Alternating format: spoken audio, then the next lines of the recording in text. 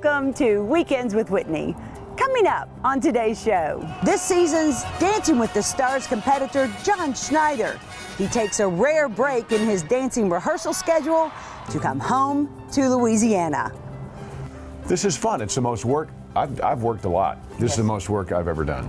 A behind-the-scenes look into what it takes to compete in the ABC hit show, why he's doing it, and how he's grown from it. Then Dr. Boyce Clark, how this Baton Rouge PhD chemist turned entrepreneur is again revolutionizing how we handle our hair.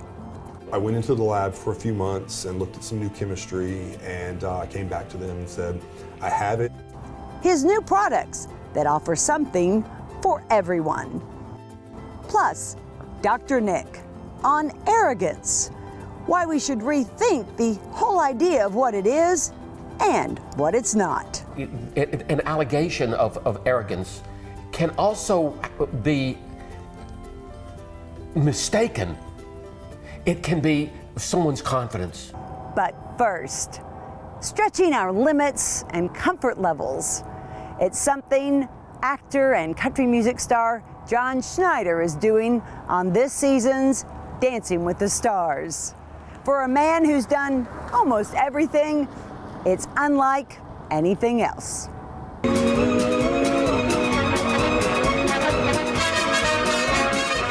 The 28th season of ABC's hit show, Dancing with the Stars, stars a man who calls Louisiana home, John Schneider. There's a rumor going round that some of you good people But twice before, he told ABC no. Well, Chicago's all right, but it hasn't got the handsomes in the park. It hasn't got a skyline after dark.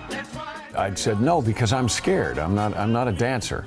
Because usually I'm the guy that comes out and sings a song and people dance around you. So it doesn't matter what you're doing with your feet. Yes. And I count a lot on charm.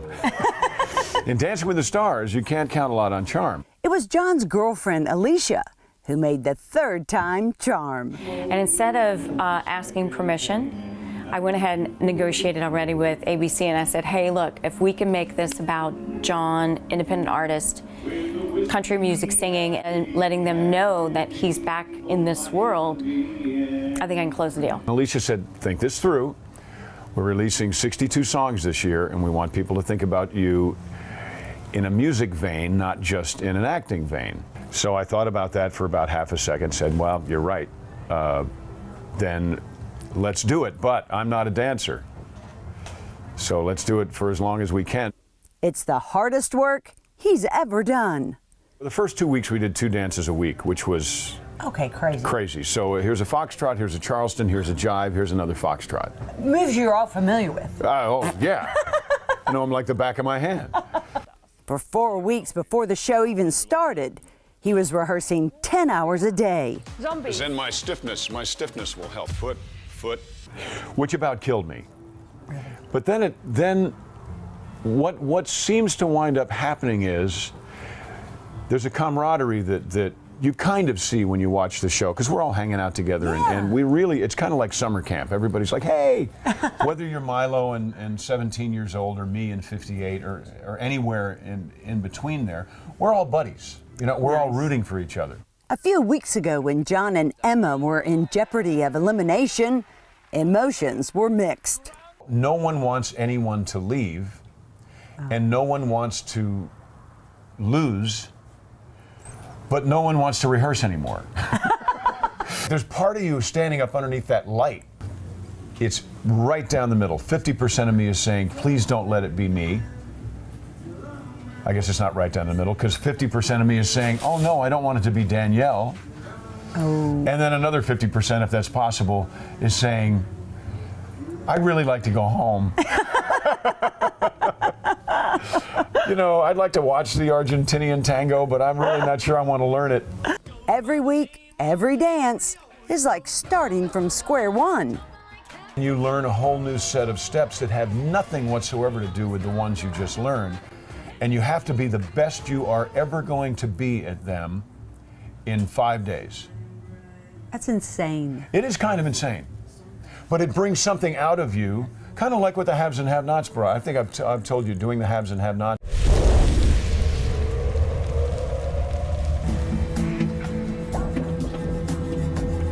Can I sign the papers, Candace, please? Yes, you can, darling. What's my name again? Candace. No. What did I tell you?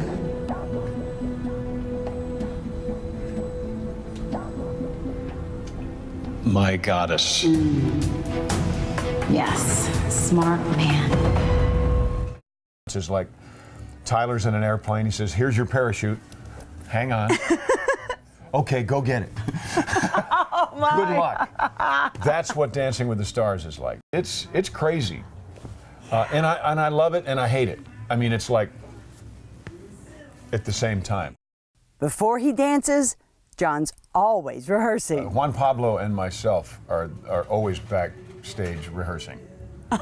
Everywhere. That's when we don't see you. You're backstage. Yeah, when we're not in the skybox, we're back there. And Emma, she thinks it's hysterical because I'm just, where's my partner? Oh, there he is, and I'm in someplace over there. I think I may be the only one that doesn't watch the other ones until I'm done. I mean, I don't even watch rehearsal.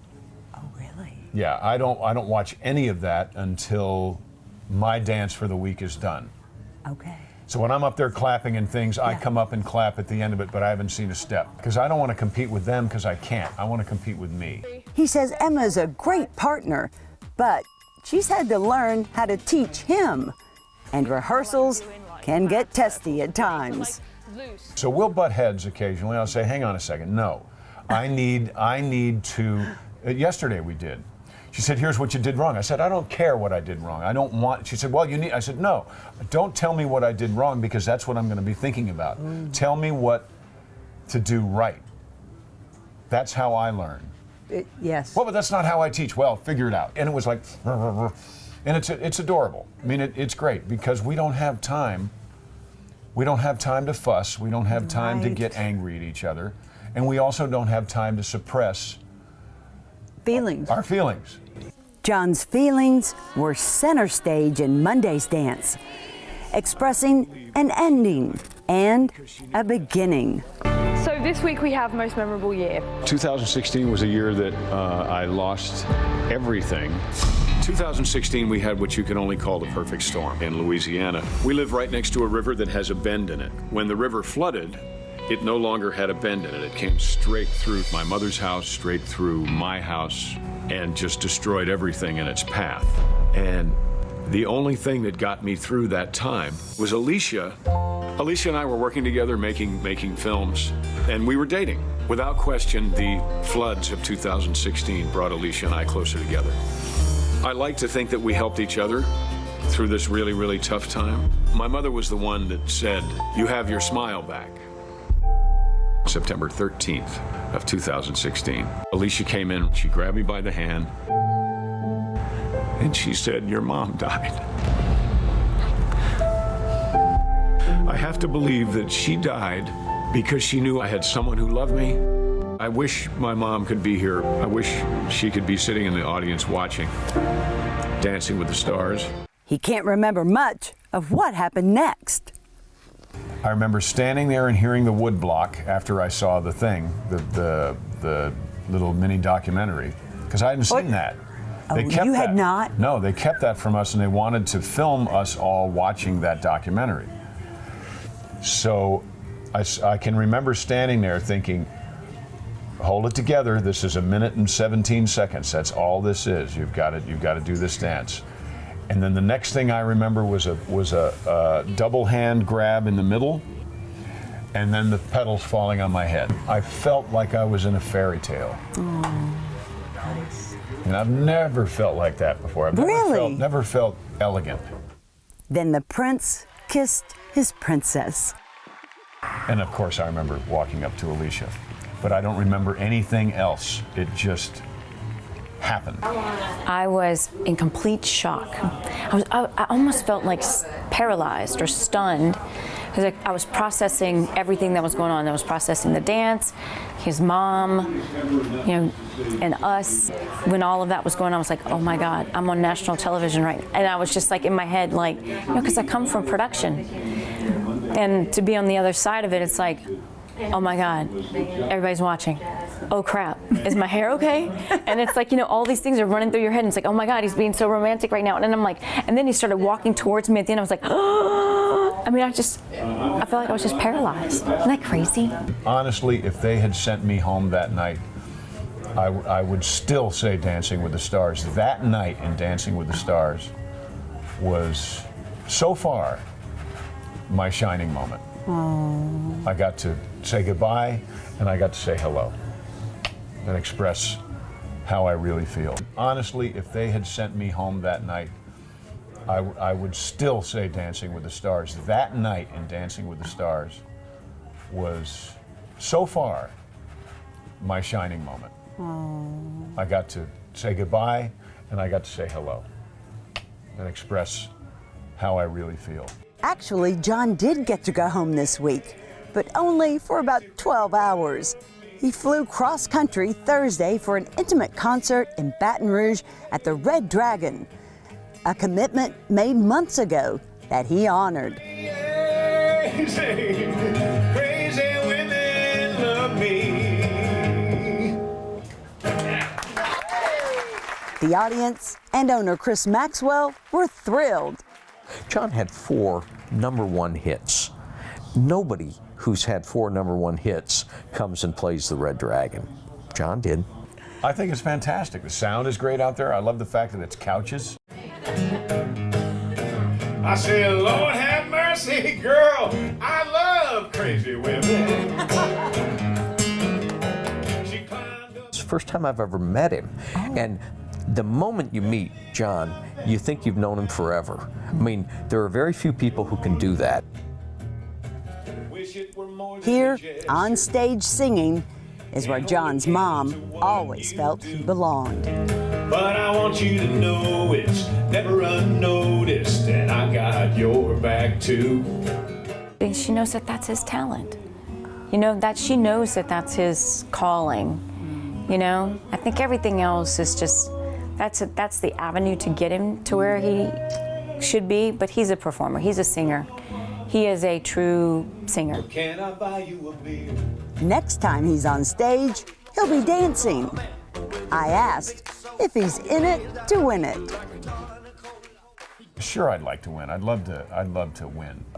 Do I think I have the skill to do that? Absolutely not. Absolutely not. But I'm having a wonderful time on the journey. San Francisco? It hasn't got the handy subway trains. You seldom find a taxi when it's pouring down rain. That's why New York's its home.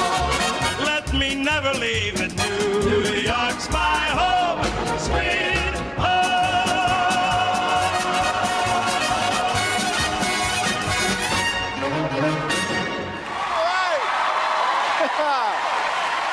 John and Emma. Great job. Come on down here. John next competes Monday night, right here on ABC. And still ahead, how Baton Rouge's Dr. Boyce Clarke is once again revolutionizing the hair care industry. Then Dr. Nick on the real difference between confidence and arrogance, as Weekends with Whitney continues.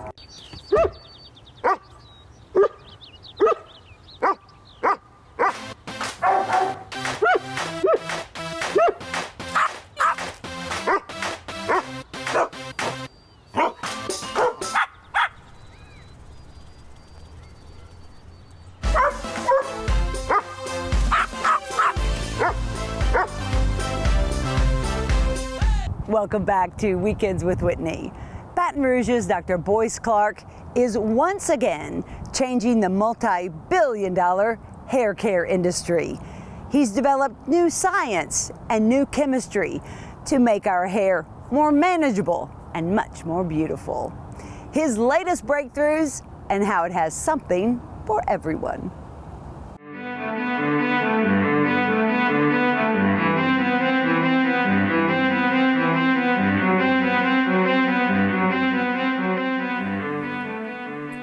months ago, Dr. Boyce Clarke's Lubricity Labs was swamped after going viral.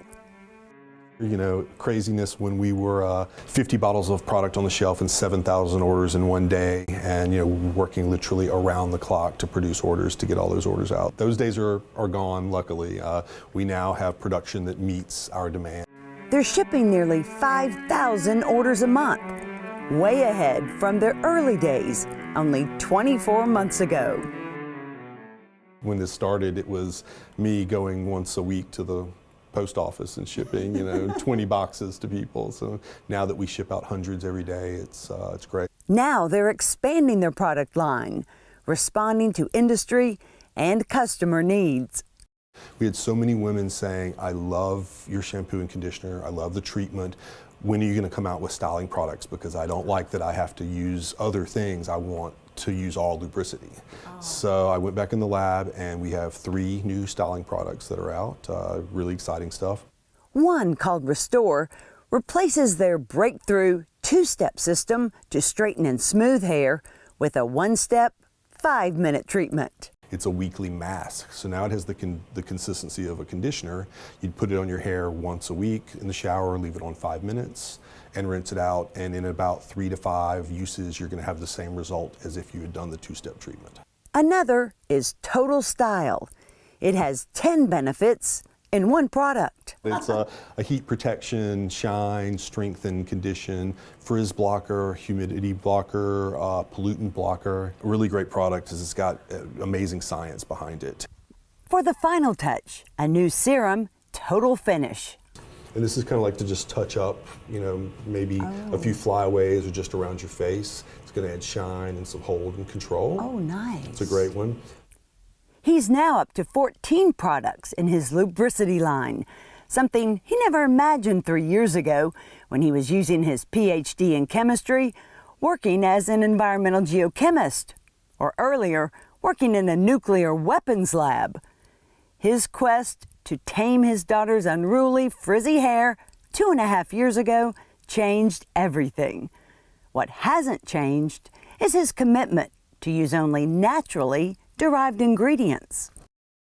So that means for our surfactants, they come originally from beets or coconut or palm, and then they're chemically modified to make them into the things that foam and clean your hair. Okay. So it's not naturally occurring, but it's naturally derived. In August, Lubricity partnered with local distributor Liquid Assets, which sells to salons throughout the Gulf South. They also gave Dr. Clarke one of his biggest challenges. They're incredibly knowledgeable about the hair industry. So they came to me and said, there's a gap in the marketplace for smoothing treatments. They wanted a game changer, a product that took minutes instead of hours for silky smooth hair. I went into the lab for a few months and looked at some new chemistry, and I came back to them and said, I have it, but I need 2 trips to the shampoo bowl. And they said, no go, you only get 1 trip. So, darn it. So we went back to the lab and had to rethink this. The solution was, we came up with a product called Q-Smooth. Sales for the 5-minute treatment skyrocketed. The chemistry of it's really unique because most smoothing treatments work by breaking the bonds that are internal to your hair, and then you change the shape with heat and then let it reattach the bond. Instead of that, what we're doing with ours is actually changing the shape from the outside. We use keratin that comes from New Zealand sheep's wool, and it places microspheres of keratin around the outside of the hair shaft. And then when the hair is heated during the flat ironing step, these little spheres actually spread like a web, and they connect to the other spheres that are on the hair shaft, creating a mesh around the outside of the hair that now has smoothed and straightened the hair. He has 3 new men's products in the pipeline, plus early testing's underway on a volumizing shampoo. We're working with some products right now that they actually increase the diameter of your hair. So men or women with very fine hair, this will actually increase the diameter so it gives a more voluminous effect. The early testing has been really exciting. For the holidays, he's bagged his newest creations that'll be in salons throughout the South. We're calling one of them the gift of smooth and style. So that comes in these really great gift bags. Talk about ourselves as the science of beauty. And of course, our old logo of beauty's on the inside. One of the beauties inside his company is formulating solutions. We're in a unique situation being small and agile that I can go in the lab and, for the most part, create any product. And then we can test it and roll something out incredibly quickly. I know I threw a whole lot of new information for you in that story, so if you'd like to know more about it, go to lubricitylabs.com. And still ahead, Dr. Nick, why arrogance and confidence are often confused. As Weekends with Whitney continues. Atlas Foundation Repair, fixing your foundation problems for more than 30 years while preserving and protecting your trees.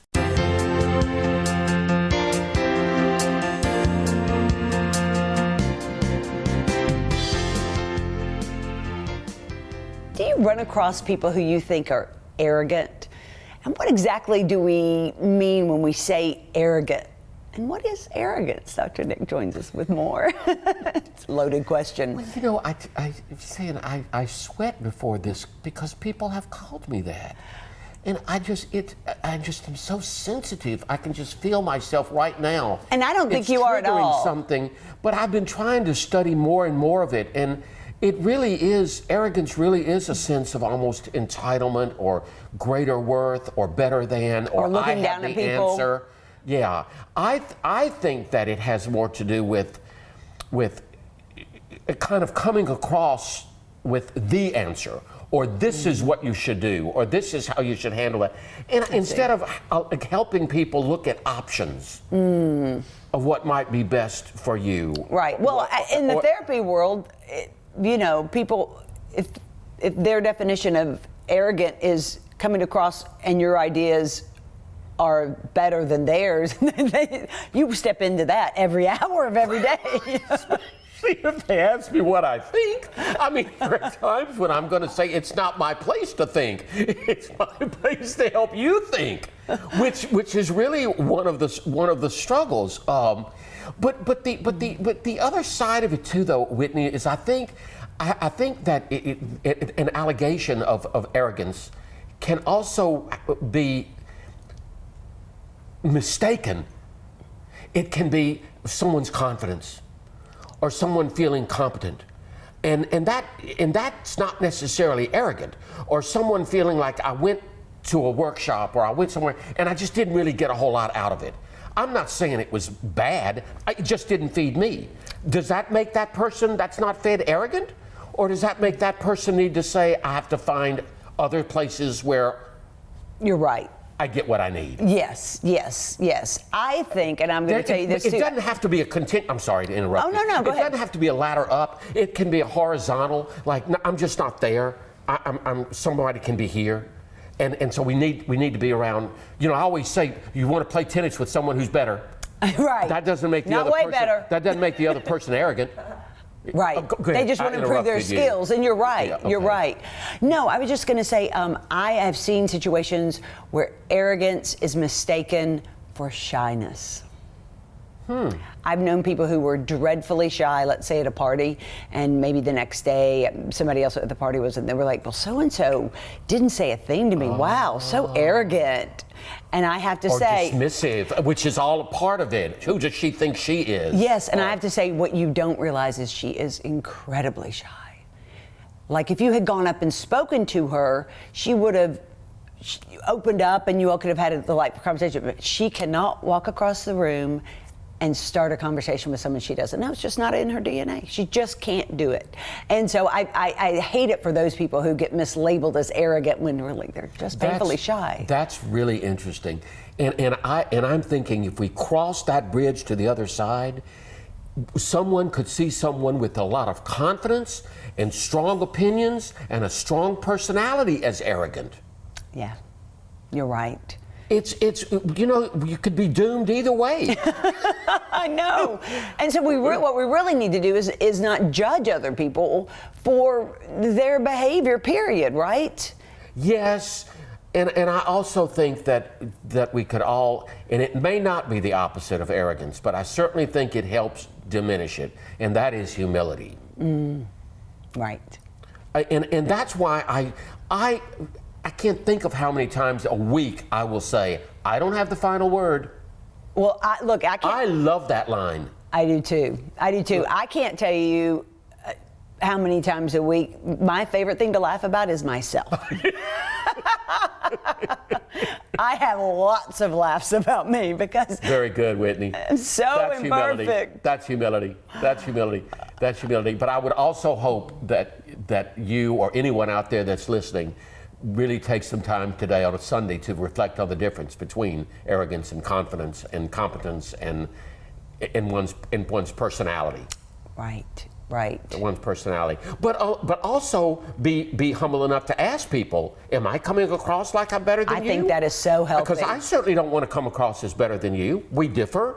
I have another perspective, but can we be civil in our discussion? Right. And again, if the shy person may not have much to say, and so it's like, okay, go think about it, and we'll come back and talk about it next week when you've processed it.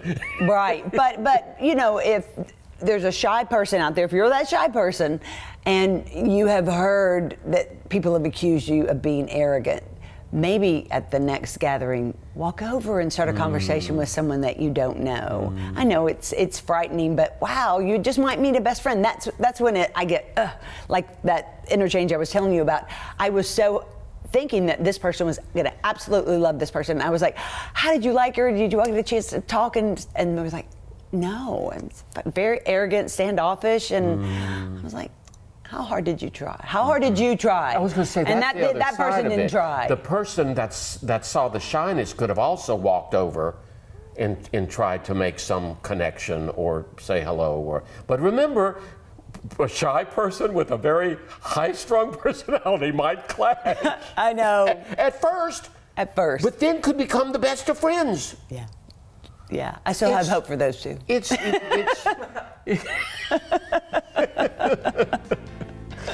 Okay, certainly something to think about on this Sunday, day of rest. Absolutely. Thank you so much, Dr. Nick. Good to be with you. More Weekends with Whitney after this.